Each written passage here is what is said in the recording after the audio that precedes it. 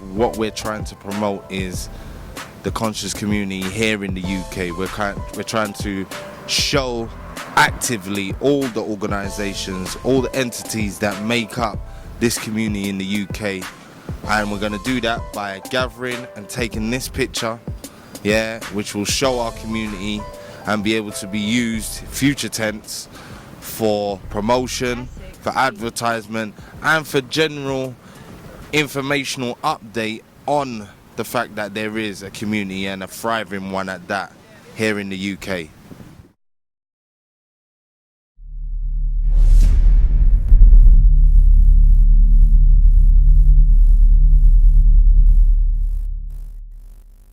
Imagine if Malcolm would've never got killed. Crack in the hallways would've never got filled. Imagine if Marcus would've never had to chill. Blacks wouldn't be living in overpacked jails. Imagine if Asada never had to run.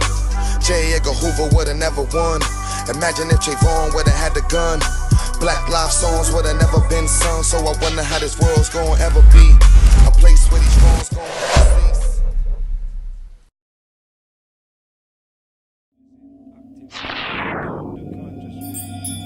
White boy will just make sure you mess up the minds of your people. So there has to be a fight back. And if you don't fight back against psychological warfare and mental enslavement of our people, we will not survive. And people thinking that we will survive, we will not survive if we don't fight. It's a war that involves miseducation. It's a religious war. It's a spiritual war. And so this is what we are up against. We've been fighting this war for over 500 years, and if we're really clear about what is happening around the world, I can see that the war is reaching a critical turning point.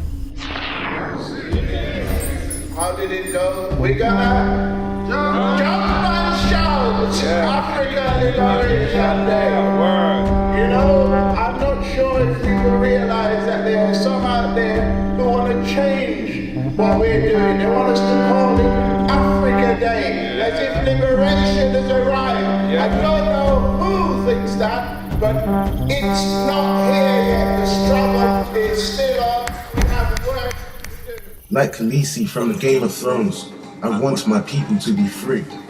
For his story is telling me we were and are the Afro kings and queens and godly beings that those in control now inspire to be.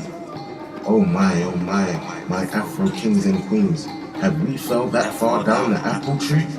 Turning on one another, a burial every day across the many lands and seas. I see mothers with lost sons, fathers with no daughters, some parents even run and flee. Talking about babies having babies. Well, those babies are now the babies that are killing babies due to the lack of knowledge and shackles forced upon generations before you and me. But the question is, my brothers and sisters, how did they take our ancestors' knowledge and use it against you and me? Another is, what is the real message behind the religion which was also forced upon you and me? I don't know if you noticed, but I've noticed that the concepts embedded in religion was also born from the traditional and indigenous practices of ancient African spirituality. Just imagine, in 200 years, what would it be?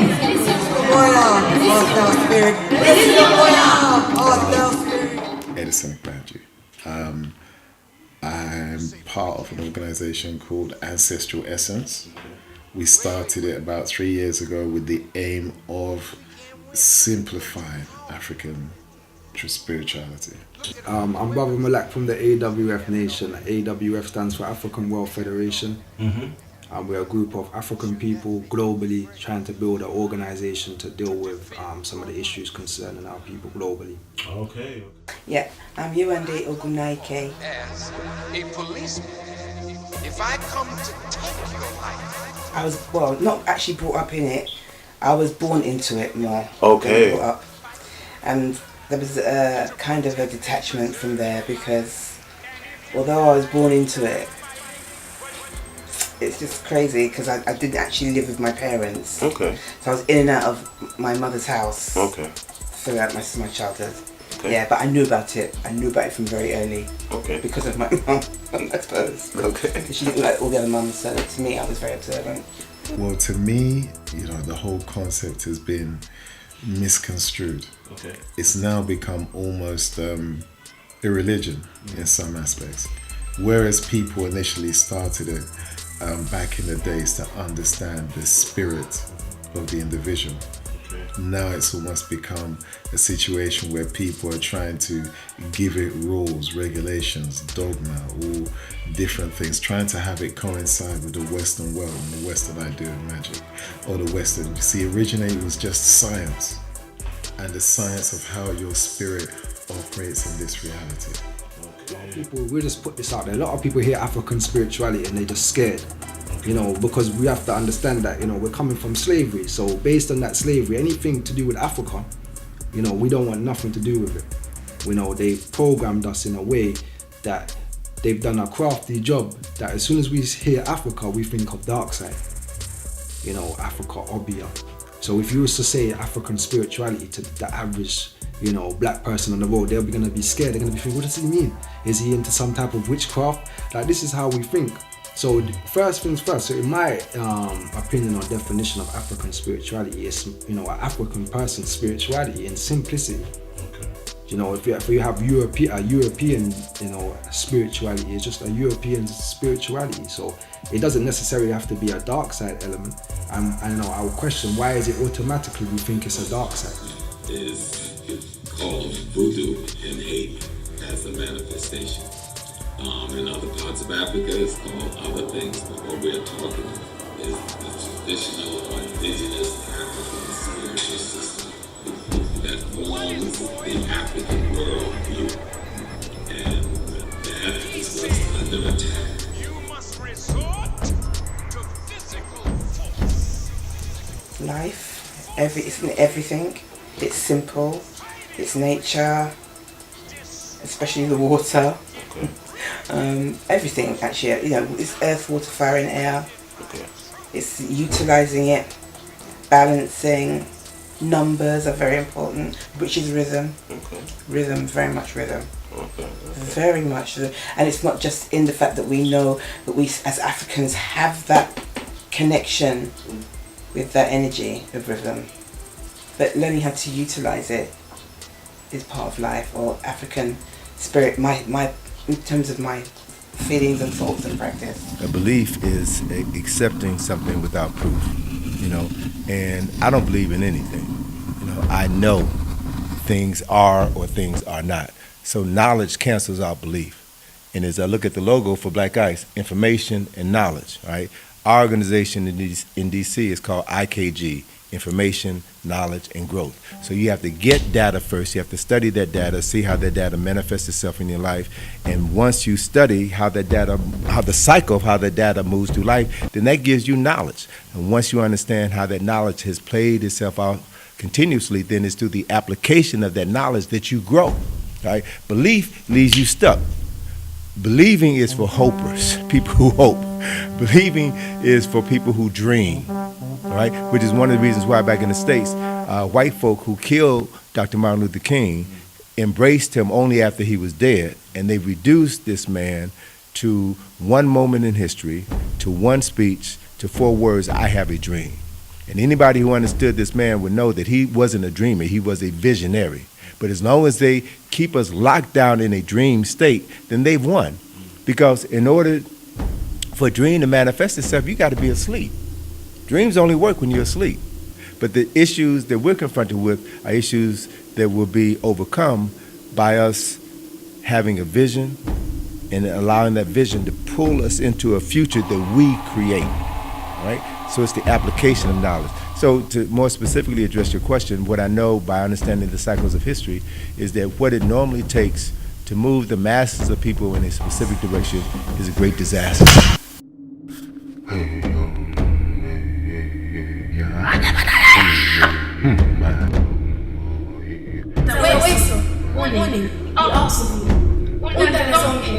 Creator of all, heart that spirit, in Elysium moya, in Elysium moya, in Elysium moya. Easy verso under the zonke, easy verso under the zonke, easy verso under the zonke, easy verso under the zonke, easy verso under the zonke, easy verso under the zonke, easy verso under the zonke. Easy verso under the zonke. Easy verso under the zonke. Easy verso under the zonke. Easy verso under the zonke. Easy verso under the zonke. Easy verso under the zonke. Easy verso under the zonke. Umdale zonke. Umdale. Umdale zonke. Umdale zonke.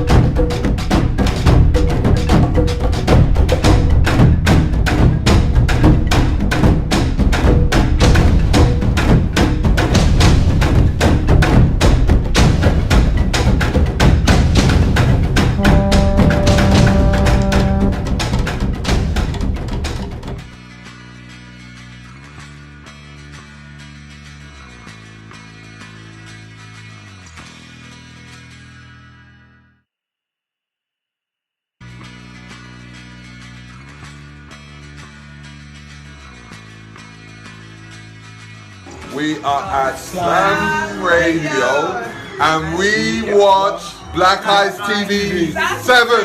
Yes. 24/7. Build your economy, black people.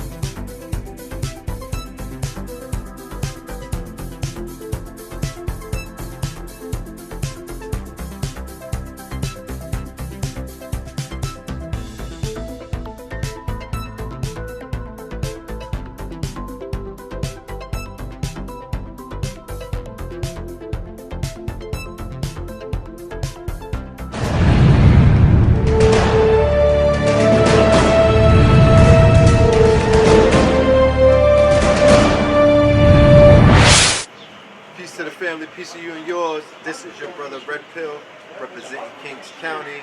I am proud and I'm happy to introduce you, family, to www.blackicestores.com. That's www.blackicestores.com. That's your one-stop shop for fashion, for health, and all other products from over here in New York, going across the pond. We're working with our brothers to build up this economic powerhouse. So shout out to blackicestores.com, your one-stop shop for all things Kings County. If you want to get the hottest and conscious streetwear, make sure you go to www.blackicestores.com. Alright? Salute to all of the brands, salute to all of the products. Salute to my brother KC, the ASHRA Health Products. Salute to my brother Supernova Queen of Four. Salute to Nagash Footwear. All of the different brands, all of the different brands and products that are represented on that superstore right there. Salute to all of y'all. Shout out to the UK and all my brothers and sisters on the continent. Peace.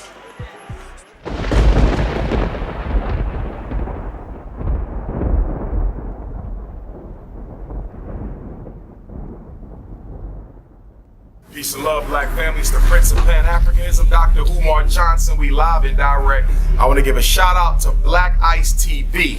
Make sure you watch it, support it. The news you can use, the information you can use.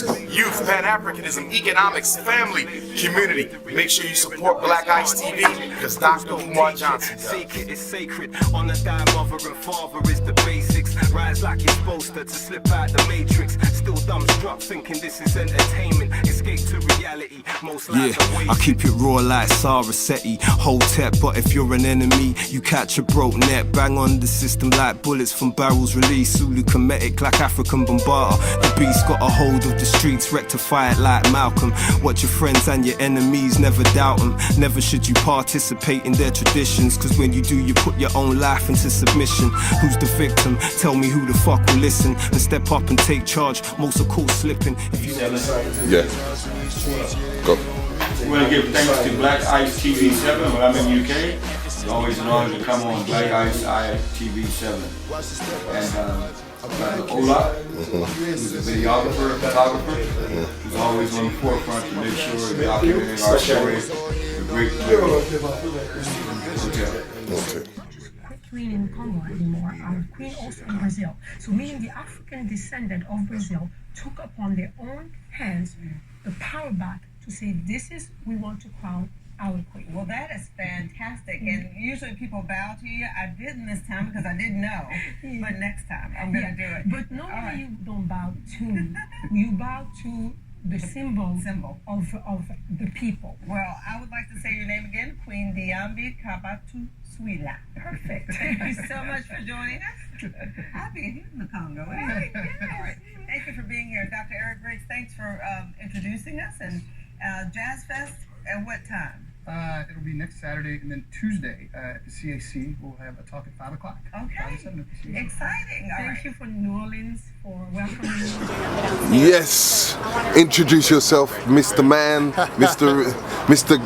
How can I put it? Because he's got my namesake with a G on it. I can't even believe it. That's my cousin, man. Yeah, exactly. So just give an introduction about yourself. My name is Dr. Eric Griggs. A lot of people know me here as Doc Griggs. I get checked, get fit, get moving. I'm a community medicine director for Access Health Louisiana, and I happen to be the health and wellness ambassador for the state of Louisiana by Louisiana Senate proclamation, and health and wellness ambassador for the city of New Orleans by city council proclamation. So didn't know what an ambassador did, but now, especially now that the Queen's been here, I know what I do. I speak for the people, to the people, and I spend my time with the people to make sure that the people are taken care of, and I try to take care of them.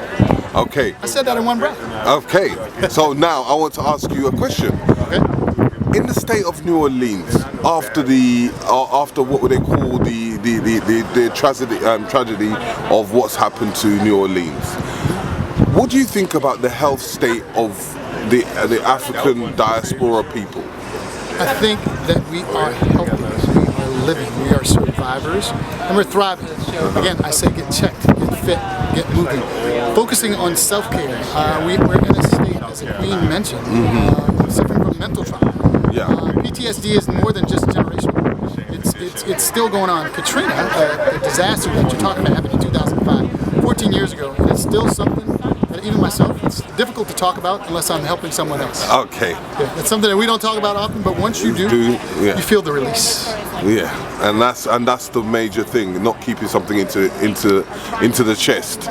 Well, and there's science behind that. So part of my job is what I do is I take the difficult, or perceived as difficult, as medicine, and make it simple, right? When we talk about stress and we hold things in, there are two main hormones that control our body.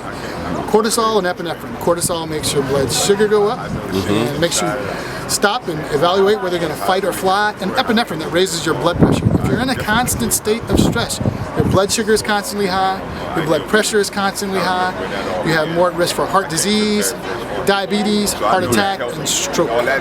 So we find escapism. So what we're doing now is, as we're learning to talk, and New Orleans is very spirited.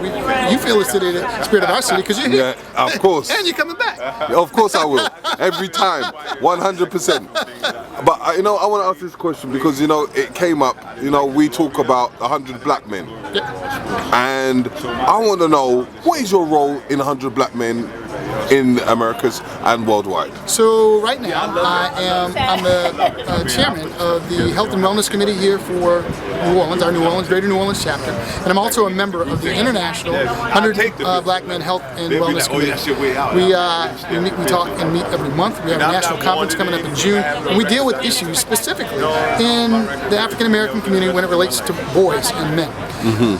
Our motto and our mantra is what they see is what they'll be, which is why I wear scrubs all the time. Yeah. In the United States, only 4% of all doctors are African American, and less than half of that are male.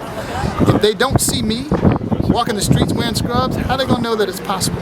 And if I can do it, anybody can do it. I was the same bag. We were probably in the back of the class, shooting dice, slapping people on the head, talking too much as everyone else. We learn differently. But if they don't know that there's better that they can be, then they don't believe it can happen. So that's part of what we do. Mentorship is more than a word. It's a lifetime commitment, a true commitment. Makes sense? Okay, makes sense. So I use more than 100 words. I'm sorry. Yeah, it's all good. It's all good. But I want to say, in your experiences with the children of New Orleans, what kind of emotional attachment would you say that you feel a bit worried about that can be improved on? First of all, the children here in New Orleans, black, white, blue, green, yellow, they're brilliant. I work with an organization called STEMnola. STEMnola, Science, Technology, Engineering, Math. It was founded by a dear friend, brother of mine, Dr. Calvin Mackey. He has 4 STEM degrees. It brings STEM, Science, Technology, Engineering, and Math, to the community. Rather than in a school, we go into the rec centers. Wherever they want it, we bring it to. And in the last 6 years, we've engaged 30,000 kids. 30,000 kids. The biggest problem the kids have is we underestimate them, and we don't talk to them. We talk at them. But if you listen, there's a lot of hurt. Some of these kids were here for Katrina, or they've felt the effects of Katrina, and they're not talking about it. And they don't have constructive ways to deal with the pain or the stress, which means they have to be led. And that's what I try to be a part of, everything that's trying to lead the kids to something positive, because they're our future, right? They're the ones that are going to eventually take care of us. So we do that with STEMnola, the 100 Black Men, and with the way that I try to live. Okay. If there was something you wanted to say to, let's first of all, the New Orleans public, and then there was something you wanted to say to the general public, as in international public. So to the New Orleans public, I want to say get checked, get fit, get moving, climb your family tree, go to your doctor, eat healthy, exercise. I want to say the same thing to our international community, but most importantly, I want to say we're one. It's the same thing. The answers to all the maladies in the community are in the community. All the solutions, everything that we have comes from the drugs we take come from nature. They taught us in med school, if you talk to someone long enough, 80% of the time, not only will they give you the problem, but they'll give you the solution. If you tell me every time I do this, Doc, I hurt my head, and I say, hey man, why don't you stop doing that? Guess what, you won. That's exactly it. So we're one.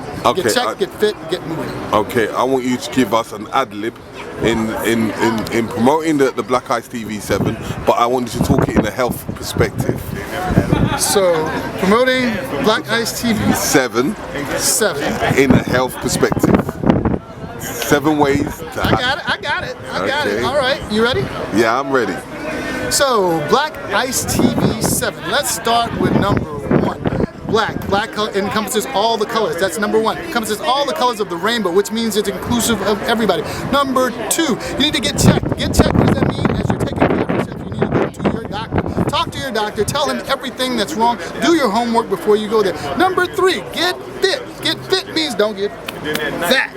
Yeah, I said fat. I'm talking to about 40 to 50% of the people out there listening, if not more. I don't want to offend anybody. Eat healthy foods. If you want to know what healthy foods to eat, that means you need to eat real foods. Real food spoiled. If it has more than, the simpler the ingredients, the healthier it is for you. If you can't pronounce it, don't eat it. Number, where am I? 3 or 4? I'm at 4 now. I'm rolling. Yeah, we exercising. Exercise. 30 minutes a day. Walking counts as exercise. It doesn't cost anything. Not hating on a gym, because I might have a sponsor that's a gym one day, but it doesn't cost anything to exercise and walk and talk with your friends. Number 5, the talking, the answers, the healing solutions, the stress, the way to lower your blood pressure, the way to lower your blood sugar is to talk to one another. A closed fist can never heal. When you open your hand, the other people can give you things that can help you. Am I at 6 yet? I think I'm at 6. Yeah, 100% 6. I'm at 100%. There's water everywhere, and most of it in you. You need to drink half your body weight in water every day. If you weigh 220 pounds, you need to drink 110 ounces of water a day. That's about 7-8 bottles of water a day. If the body is 70% water, the rest of it is fats, proteins, and carbs. 70% of your body. If you're going to replenish it, you need to drink water. And number 8 is number 7. Number 7, my bad. The biggest number of all. The biggest number of all is every morning when you get up in the morning, you want to say your thanks for being there, and most of all, forgive yourself. Yesterday is history. Tomorrow is a mystery. Live for today. The healthiest thing you can do is not die. Get checked, get fit, get moving. I wish I had some other languages to say that. And come to New Orleans. How about that? Yeah, definitely. Yeah. This is Mr. Riggs signing out. one and only. All right, cuz. Peace.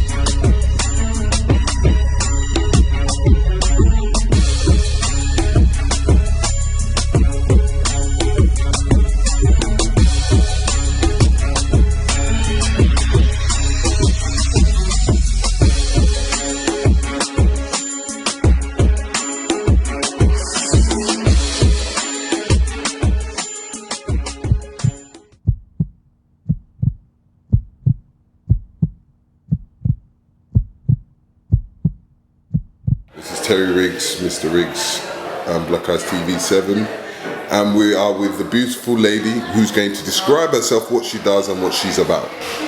Hello, my name is Gia Hamilton. I'm a native of New Orleans, and I'm also the new Executive Director and Chief Curator of the New Orleans African American Museum, which just opened April 11th of this year. Okay, so what is it that you actually do in New Orleans? So I consider myself, I'm an anthropologist by training. I take on large development projects that really ground real estate development and arts and cultural work, in particular in the diaspora. And so I've just taken over a 2.5-acre campus in the middle of Treme, which is the oldest black neighborhood in the country of the United States, to redevelop this land and to build a new model for museums. Okay, so in that perspective, what kind of things are we expecting to see in the museum? Absolutely. We have an exhibition that's up, and we really want to ground people in the idea of the history of, or chronology of, the African presence in New Orleans, the contributions of African people in the development of black culture. Our very first exhibition is entitled Everywhere We Are, Everywhere We Go. I think it's very fitting that the Queen mentioned this sort of everywhere we are, we feel this essence, we can connect with one another. And so we'll always do historical work and chronologies in our work at the museum, but we also want to engage the contemporary, and so we currently have a show that's being installed called Claiming Spaces. It's about this idea of taking down Confederate monuments, engaging artists and storytellers and griots in our community to really reframe some of the histories that have been lost and some of the stories that have been lost. And so we're thrilled to have those 40 posters as well as 9 new commissioned pieces in our gardens across the street on the historic campus. Okay. So in its perspective, today, what is today about and what is the Queen doing here? I think the Queen is doing the work of the kind of High Priestess, which is about restoring, healing, and connecting. You know, as someone who is, you know, well-educated and well-traveled, I think that she understands her role is really to bring a sense of healing to the city of New Orleans. You know, we have a large Congolese, Angola, Senegambian population of people. This was the second largest port in the United States, a city that has retained many of the aesthetic and cultural traditions of African people, and I think she is really building a bridge between democratic Congo and New Orleans, one that we welcome because we want to make sure that our communities are doing work together to restore our communities, our cities, our nations, and of course humanity. Are you aware that they've made a day for Queen Diambi? I'm not aware of it. Because it's supposed to be, Queen Diambi Day is supposed to be the 25th of April. Ah! This is what they did for her when she arrived. In this perspective, how do you feel in what's happened today, in that she recognizes not just the youth but with the elders and people in between it? She created an atmosphere of comfort, of healing, of connection. I think by acknowledging young people and restoring their sense of identity and self, I think that there was something that was really ephemeral about the experience. I mean, I was brought to tears, and I think that the goal is to awaken our young people's DNA, to remind them of who they are, and to have that be an extension in our community. When young people know who they are fearless in our world. And I think to pick musicians as culture bearers, as healers, and to really make that connection about the vibrational work that they do is just incredible, because we know it here in New Orleans as people who experience second lines, who are constantly in the streets utilizing our culture and our energy, and we also know where it comes from. So to have this kind of crystallized moment with someone who is in a position of authority and in service to be grounding us in this practice, in this idea of restoration, is just really incredible. And it's an important moment in New Orleans history, because in 1719, this was really our commemoration of the first Africans, enslaved Africans that arrived here in New Orleans. And so it's very fitting for her to be here this year, for us to think about what it means to return home. Okay, I'm going to ask you 2 more questions before we finish. One question is, if Queen Diambi was right in front of you, what would you say? And what would you say to the general public that... If she was watching, if she was watching this, what would you like to say to the general public? Oh goodness. Well, one, I think I would start by giving her another hug. When I first walked in, we embraced one another. And I love that there was a spirit of sisterhood and of, again, reciprocity in her, and generosity in her spirit. And I would just say, I feel incredibly grateful to be on the planet with you right now, to have your leadership, your thoughtfulness, and just your insight and vision for who we are as a people, how we heal as humanity, and to really be able to distill and articulate those ideas so beautifully. So thank you so much for your energy and for your purpose, doing your purpose work right now. But I was just going to say, because this year is the year of the woman. Yes. So in understanding that it's the year of the woman, us men have to know that we are caretakers. So in that formalities, the child comes from the creation of the mother, and understanding that we have to take care in the responsibility as men of the children. Absolutely, absolutely. And I think, thinking about that as a balance, the need for both. Yeah. That yin and yang, that feminine and masculine energy, and how important that is. And I feel incredibly grateful to be able to lift up other beautiful sisters, and to know that our men are really there as protectors, as caregivers of us. And I would say, I think that was done beautifully today, with just all of the kind of chiefing and crowning of both men and women, and really acknowledging that we all hold leadership roles, and that leadership is really an action, not just a title. And I think that was demonstrative of the way in which we as people of the diaspora think about our connection to life, to the world all around us, and that the world really has something to learn from how we engage ourselves, our communities, and our families. And one more I'm going to say, to create imbalance, as she has 5 boys and she's expecting one new one, that is going to be a girl. Yeah, so we will be creating balance, and I look forward to my sons and my partner being able to act in that role of caregiver, as you say, of me and our newborn. So, okay. Thank you for speaking. Thank you so much. We'll be back soon again. We look forward to it. Thank you.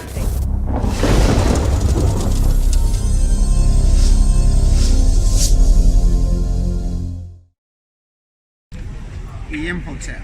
This is Mfundishi Jakutimas, Ka in Haru, peace and harmony. I'm looking forward to coming out to London and Birmingham and see all our African brothers on the other side of the water. I'll be speaking on Saturday at the event, the Black History event that everybody knows about, okay? Promoting the Black books, entrepreneurs, and I'll be setting up my table. And so you'll get a chance to have crystals, gemstones, things of that nature. On Sunday, I'll be doing a tour to the London British Museum, to the Kemetic Egyptian wing, so that you won't be bamboozled, get the real truth. And then I'm going to be there on Monday and Tuesday to do spiritual consultations. So people who want to know how to get their life together, how to direct themselves, how to become captain of their own ship, how to move forward in their life, how to get a map going to where you said you want to go. I'll be there for spiritual consultations on Monday and Tuesday. So you can either contact my website and book, or you can contact the organization that's giving this function, the number that they have, and just say you'd like to book a consultation on Monday or Tuesday. I'd like to say, Asante Sana, it's an honor to come before you and be able to share some information. Dua, I mentioned. Dua.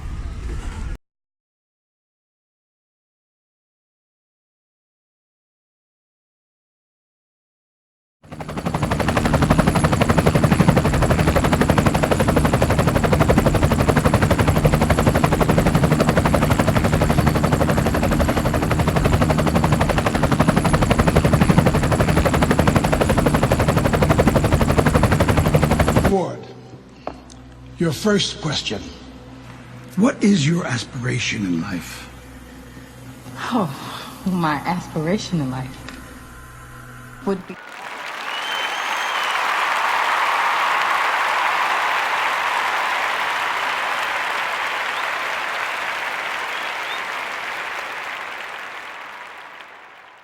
We wonder what it is, and we wonder what it was, and we wonder where we'll go. All this pain going strong, and they feel it won't ease, so I put it in this song. All the feeling of these memories. So my leaders that's gone, all my leaders that's gone. I know they did you so wrong and still standing here strong. Against all the wrongs, against all the wrongs. For my leaders that's gone, all my leaders that's gone. Although they did you so wrong, I'm still standing here strong. Against all the wrongs.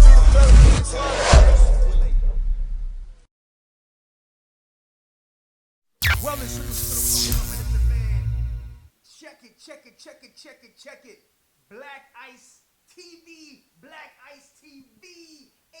HMPTV is a place to go for all your awesome, magnificent products in the African, Pan-African diaspora. Make sure you log on to Black Ice TV.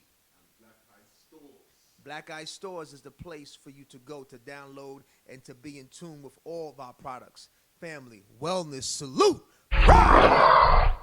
Sarasetti, Hotep, but if you're an enemy, you catch a broke net. Bang on the system like bullets from barrels released. Zulu Kemetic like African Bombata. The beast got a hold of the streets, rectify it like Malcolm.